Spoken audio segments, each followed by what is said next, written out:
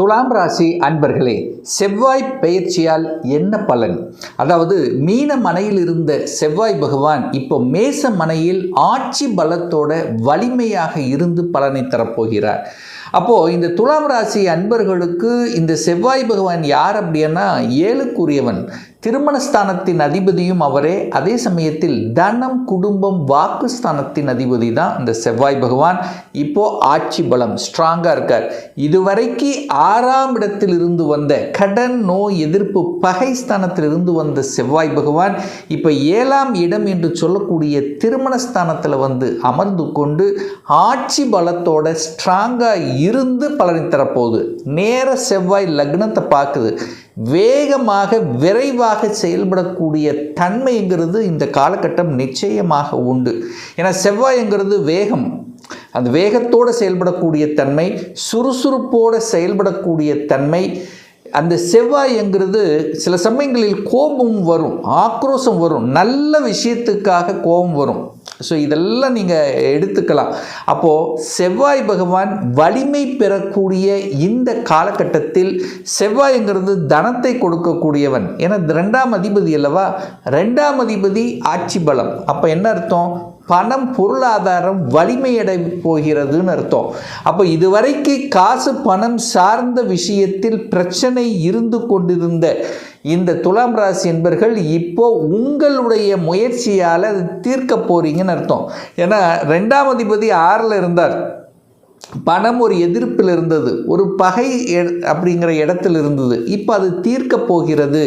அப்போது 2ஆம் அதிபதி உங்களை பார்க்குறார், பணம் உங்களை பார்க்கிறதுன்னு அர்த்தம். அப்போ ஏதாவது ரூபத்தில் நீங்கள் செய்யக்கூடிய தொழிலாக இருந்தாலும், வேலையாக இருந்தாலும், வியாபாரமாக இருந்தாலும் பணம் உங்களை வந்து அடைவதற்குண்டான அத்தனை வாய்ப்புகளும் சந்தர்ப்பங்களும் உங்களுக்கு ஏற்படுத்தும்.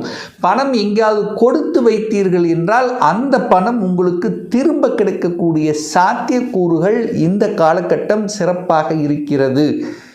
அதே சமயத்தில் குடும்பம், அப்போது குடும்பம் சார்ந்த விஷயங்கள் நற்பலனை தரக்கூடிய அமைப்பு.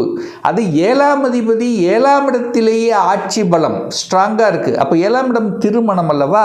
அப்போ திருமணம் சார்ந்த சுப காரியங்கள் செய்யக்கூடிய அமைப்புகள், சந்தர்ப்பங்கள் இந்த காலகட்டம் துலாம் ராசி என்பவர்களுக்கு நல்லாவே இருக்க போகுது. அப்போ திருமணம் டக்கு டக்கு நடக்கக்கூடிய அமைப்பு. இதுவரை திருமணம் ஆகாதவர்களுக்கெல்லாம் இப்போ திருமணம் செய்யக்கூடிய சந்தர்ப்ப சூழ்நிலைகள் உங்கள் பக்கத்திலே வந்து அமர்கிறது. அப்போ உங்கள் முயற்சியால் கை கூட போகிறது அப்படின்னு அர்த்தம். அதே சமயத்தில் கணவனாக இருந்தாலும் சரி அல்லது மனைவியாக இருந்தாலும் சரி, அந்த 7ஆம் இடம் வலிமை பெறுதல்லவா. அப்போ உங்களுக்குள்ள அந்யோன்யம் பெருகும்.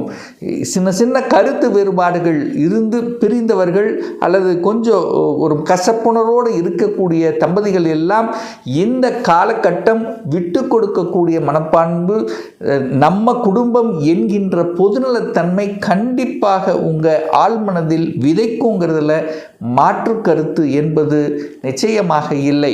அப்போது செவ்வாய் வலிமை பெறுகிறது. செவ்வாய் வலிமை பெற்றாலே மருத்துவம் சார்ந்த துறை, அந்த துலாம் ராசி என்பர்கள் இப்போ ஒரு +2 எழுதி ஒரு மருத்துவம் சார்ந்த துறைக்கு போகணும் என்கின்ற மன எண்ணத்தில், தைரியத்தில் இருக்கக்கூடியவர்களுக்கெல்லாம் சக்சஸ் கொடுக்கக்கூடிய, தன்னம்பிக்கை கொடுக்கக்கூடிய அமைப்பில் இந்த மாதம், இந்த காலகட்டம் சிறப்பு பெறுகிறது அப்படின்னு எடுத்துக்கலாம். அதுபோக உங்கள் பேச்சு வந்து ஸ்ட்ரெயிட் ஃபார்வர்டாக இருக்கும், கம்பீரமாக இருக்கும். ஒரு என்ன சொல்கிறது, ஒரு அதிகார தோரணை என்பது நிச்சயமாக உங்கள் பேச்சில் இருக்கும். எதையும் சாதிக்கலாம் என்கின்ற உத்வேகத்தை கொடுக்கக்கூடிய அமைப்பும் இந்த காலகட்டம் நிச்சயமாக உண்டு. இந்த செவ்வாய் பகவான் பார்த்திங்கன்னா அதாவது இந்த மாதம் மே மாதம் 28ஆம் தேதி வரை அஸ்வினி நட்சத்திரத்தில் பிரயாணமாகிறார். அந்த அஸ்வினி என்பது கேது பகவான் எங்கே அமர்ந்திருக்காருன்னா 11ஆம் இடமான லாபஸ்தானத்தில் இருக்குது. அப்போ கேது 11ல் இருக்கிறது ஒரு நல்ல தன்மை. அப்போ என்ன நடக்கும்? கேதுங்கிறது ஒரு வெளிநாட்டு சம்பந்தம், அந்நிய மதத்தினர் சம்பந்தம். 11ஆம் இடம் என்பது லாபம் சார்ந்த விஷயங்கள், இதெல்லாமே நல்லபடியாக நடக்கும் அப்படிங்கிறது தான் அமைப்பு. அப்போது செவ்வாய் பகவான் தனாதிபதி லாபஸ்தானத்தில் இருக்கக்கூடிய அந்த கேதுவோட நட்சத்திரத்தில் இருக்கும்போது சிறு தூர பிரயாணங்கள், தூரதேச பிரயாணங்கள் சென்று வரக்கூடிய பாக்கியங்களை ஏற்படுத்தும். வெளிநாட்டு சார்ந்த விஷயங்கள், இம்போர்ட் எக்ஸ்போர்ட் சம்பந்தப்பட்ட விஷயங்கள், வெளிநாட்டு நண்பர்களை கொடுக்கக்கூடிய அமைப்பு, அந்நிய மதத்தினரால் நல்லவைகள் நடக்கக்கூடிய அமைப்புகள், ஞானம் பெறுகின்ற அமைப்பு, கடவுள் மேலே அதாவது ஆன்மீகம் சார்ந்த விஷயத்தில் சில ஈடுபாடுகள், இதெல்லாமே கொடுக்கக்கூடிய ஒரு நல்ல காலகட்டமாக இந்த துலாம் ராசி என்பவர்களுக்கு நிச்சயமாக அமையும். அடுத்து பார்த்தீங்கன்னா 29/5/2026 15/6/2026 வரை. ஸோ இந்த காலகட்டம் செவ்வாய் பகவான் பரணி நட்சத்திரத்தில் பிரயாணம் பண்ண போகிறார். பரணி அப்படிங்கிறது சுக்கிரன் என்பது உங்கள் ராசி அதிபதி. அப்போ உங்கள் ராசி அதிபதியினுடைய நட்சத்திர சாரத்தில் பிரயாணம் பண்ணக்கூடிய இந்த காலகட்டம் நல்ல பாக்கியங்களை கொடுக்கும். ஏன்னா இப்போ சுக்கிரன் 9ஆம் இடத்தில் இருக்கார், அது குருவோட சேர்ந்து இருக்கார்.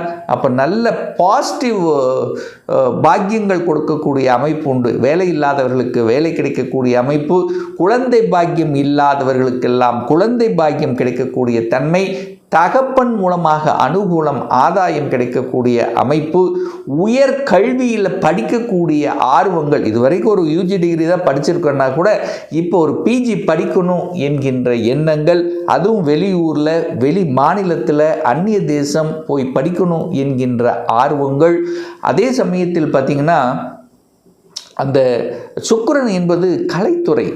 இந்த கலைத்துறையில் பணம் சம்பாதிக்கக்கூடிய அமைப்பு, கலைத்துறையில் ஈடுபடக்கூடிய தன்மை.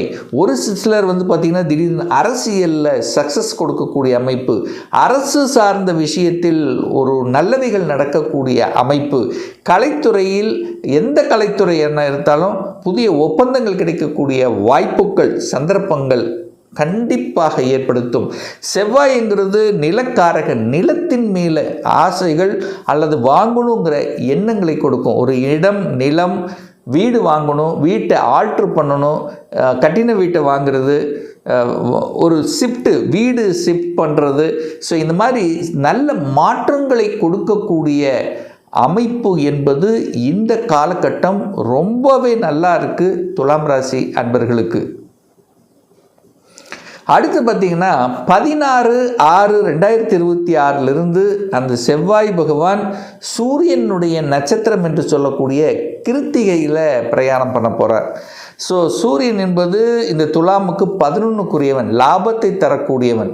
அப்போ தனாதிபதி லாபத்தை தரக்கூடியவனுடைய நட்சத்திர சாரத்தில் பிரயாணம் பண்ணு. அப்போ 2-11 கனெக்ட் ஆகுது. அப்போ தனம், லாபம். ஸோ இந்த காலகட்டத்தில் தான் தனலாபத்தை கொடுக்கக்கூடிய ஒரு காலகட்டம். தொழிலில் எத்தனை இன்வெஸ்ட் பண்ணியிருந்தாலும், ஒரு முதலீடு போட்டிருந்தாலும் இப்போ லாபத்தை வரக்கூடிய அமைப்பு, இல்லை இன்னொரு தொழிலை செய்யணும், தொழிலை விரிவாக்கம் பண்ணணும், இப்போ இந்த மாதிரியான எண்ணங்களை எல்லாமே கொடுக்கும். லாபம் கண்ணோட்டத்தில் செயல்படக்கூடிய தன்மை, லாபம் அடைவதற்கு என்னென்ன பிளான் போடணுமோ அந்த பிளான் எல்லாம் போட்டு சக்ஸஸ் பண்ணக்கூடிய ஒரு காலகட்டம் இந்த துலாம் ராசி என்பர்கள் அப்படின்னு சொல்லுவேன். அப்போ செவ்வாய் சூரியன் ஹீட்டு, உஷ்ணம். அப்போ உஷ்ணம் சம்பந்தப்பட்ட தொந்தரவுகளும் வருவதற்கான வாய்ப்பு இருக்குது. அப்போது ஹீட்டு, உஷ்ணம் வராமல் பார்த்து கொள்வது நல்லது. வயிற்று சம்பந்தப்பட்ட, ஜீரணம் சம்பந்தப்பட்ட, எலும்பு சம்பந்தப்பட்ட, பல் சம்பந்தப்பட்ட, கண் சம்பந்தப்பட்ட இந்த ஏரியாவில் கொஞ்சம் பார்த்துக்கணும் அப்படிங்கிறத ஞாபகத்தில் வைத்து கொள்ளுங்கள். அரசு சார்ந்த துறை, அரசு எக்ஸாம் எழுதணுங்கிற எண்ணங்கள் இந்த காலகட்டத்தில் தான் உங்களுக்கு உதயமாகும். அப்போ சென்ட்ரல் கவர்மெண்ட், ஸ்டேட் கவர்மெண்ட் சம்மந்தப்பட்ட எக்ஸாம் எழுதுவது, அதில் சக்ஸஸ் பண்ணுவது, அதில் நாட்டத்தை செலுத்துவது, அரசு காரியங்களில் வெற்றி அடைவது, அரசாங்கத்தின் மூலமாக நன்மைகள் பெறுவது, தகப்பன் மூலமாக நன்மைகள் பெறுவது, சூரியனைப் போல சுற்றி வருவது, ஒரு தன்னம்பிக்கையோட ஒரு கௌரவம், புகழ் கிடைப்பது, இது எல்லாமே சூப்பராக இருக்கக்கூடிய ஒரு அற்புத காலகட்டமாக இந்த காலகட்டம் அமைப்போகுது. நல்ல நல்ல செயல்பாடுகள், ஒரு நல்ல குட் நியூஸ் கிடைக்கக்கூடிய ஒரு இன்ப அதிர்ச்சி, இது கிடைக்காம இருந்தது கிடைச்சிருச்சு அப்படின்னு சந்தோஷத்தை தரக்கூடிய சில நிகழ்வுகளும் எதிர்பார்க்கலாம் இந்த துலாம் ராசி அன்பர்கள். இன்னும் ஒரு துல்லிய பலன் உங்களை பற்றி தெரிஞ்சுக்கணும். 2026 எப்படி இருக்க போகுது? வேலையா தொழிலா? சொந்த தொழில் செய்வதற்கான கொடுப்பினை இருக்கா? அப்படி இருக்கக்கூடிய பட்சத்தில் எப்போ நமக்கு சொந்த தொழில்? வேலையில் இருக்கிற எப்போ ப்ரமோஷன், இடமாற்றம் கிடைக்கும்? இப்போ +2 முடிச்சாச்சு, என்ன கோர்ஸ் எடுத்து படித்தா நம்மளுடைய ஃப்யூச்சர் நன்றாக இருக்கும்? எந்த கோர்ஸ் படிப்பதற்குண்டான கொடுப்பினை இருக்குது? திருமணம் தடைப்பட்டு கொண்டே இருக்கிறது, எப்போ திருமணம் நடக்கும்? எப்போ வீடு கட்டுவேன்? எப்போ குழந்தை பாக்கியம் கிடைக்கும்? இது போன்ற கேள்விகளுக்கு துல்லியமான பதிலை நம்மால் கூற முடியும்.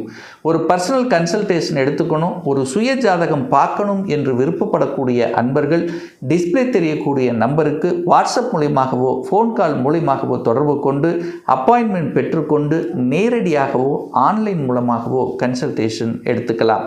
நம்மளுடைய அலுவலகம் கோயம்புத்தூரில் அமைந்துள்ளது. அதாவது கோயம்புத்தூரிலிருந்து மேட்டுப்பாளையம் செல்லும் வழியில் வெள்ளக்கிணர் பிரிவு அன்னபூர்ணா ஹோட்டலுக்கு அருகில் அமைந்துள்ளது. பிரியர் அப்பாயின்மெண்ட் வாங்கிட்டு நேரடியாக கன்சல்டேஷன் எடுத்துக்கலாம். நிச்சயமாக இந்த பதிவு ஏதாவது ஒரு ரூபத்தில் உங்களுக்கு யூஸ்ஃபுல்லாக இருக்குங்கிறதுல எந்தவித மாற்று கருத்தும் கிடையாது. நம்ம சேனலை நீங்கள் ஃபஸ்ட்டு டைம் பார்ப்பவர்கள் என்றால் மறக்காமல் சப்ஸ்கிரைப் பண்ணிக்கிங்க. பக்கத்தில் இருக்கக்கூடிய பெல் பட்டன் மற்றும் ஆல் நோட்டிஃபிகேஷனை கிளிக் பண்ணும்போது நான் போடக்கூடிய அடுத்தடுத்த பதிவுகள் உங்களுடைய நோட்டிஃபிகேஷனில் வந்து சேரும்.